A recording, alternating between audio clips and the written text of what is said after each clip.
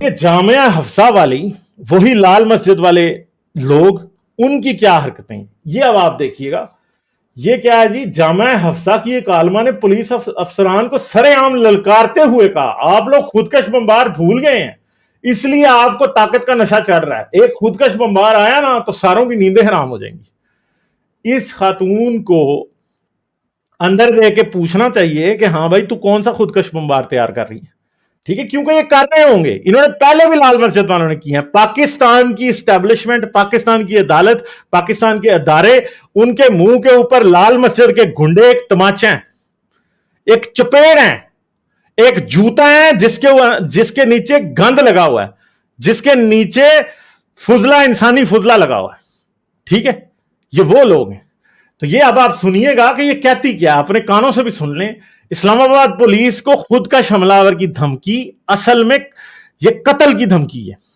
اس عورت کو عدالت میں لے جا کے اس کو اندر دینا چاہیے، اس کو یہ اندر سلاخوں کے پیچھے ہونی چاہیے، اور انویسٹیگیشن ہونی چاہیے کہ یہ خنزیر کہیں دوبارہ سے ایسا تو نہیں ہے کہ یہ دوبارہ سے خودکش حملے تو نہیں کرنے والے، کیونکہ ان کا کوئی پتہ نہیں ہے، یہ کر سکتے ہیں. یہ اسلام آباد میں دہشت گرد سب سے بڑے لال مسجد والے ہی ہیں. مولانا عبدالعزیز جیسا وہ برقع پوش مفرور مولوی جو ہے نا، وہ اس کو جیسے عمران خان کو کبھی چین نہیں آ سکتا نا، وہ کبھی انسان نہیں بن سکتا، وہ بھی کبھی انسان نہیں بن سکتے. ٹھیک ہے، تو ابھی سنیں کہ یہ کہتی کیا ہے.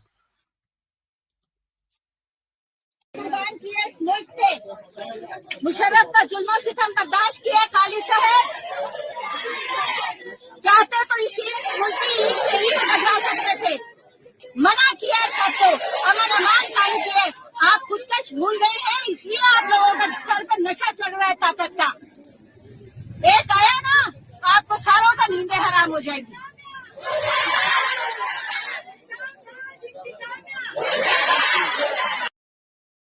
تو یہ حالات ہے کہ دن دہاڑے اسلام آباد کے ان یونیفارم پولیس آفیسرز کو یہ عورت خودکش حملے کی دھمکی دے رہی ہے. ٹھیک ہے، کیا پاکستان کی جو لا انفورسنگ ایجنسیز ہیں ان کو ایکشن نہیں کرنا چاہیے، ان کو دیکھنا نہیں چاہیے؟ پھر یہ انتظار کریں گے؟ اب اتنی بڑا قبضہ گروپ ہے یہ لال مسجد والے اسلام آباد میں کہ آپ سوچ نہیں سکتے.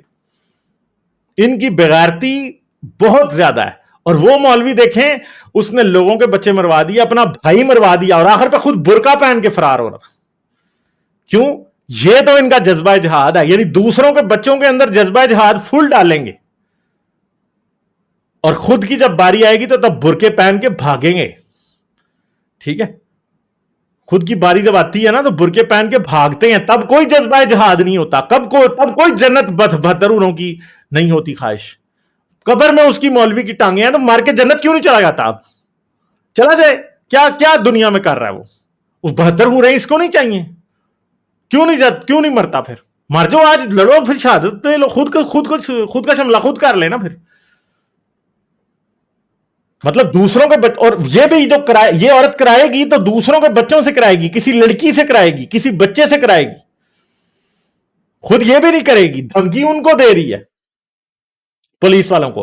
کتنے پولیس والے مرے ہیں اسلام آباد میں؟ پاکستان میں کتنی پولیس مری ہے ان خبیث لوگوں کے ہاتھوں سے؟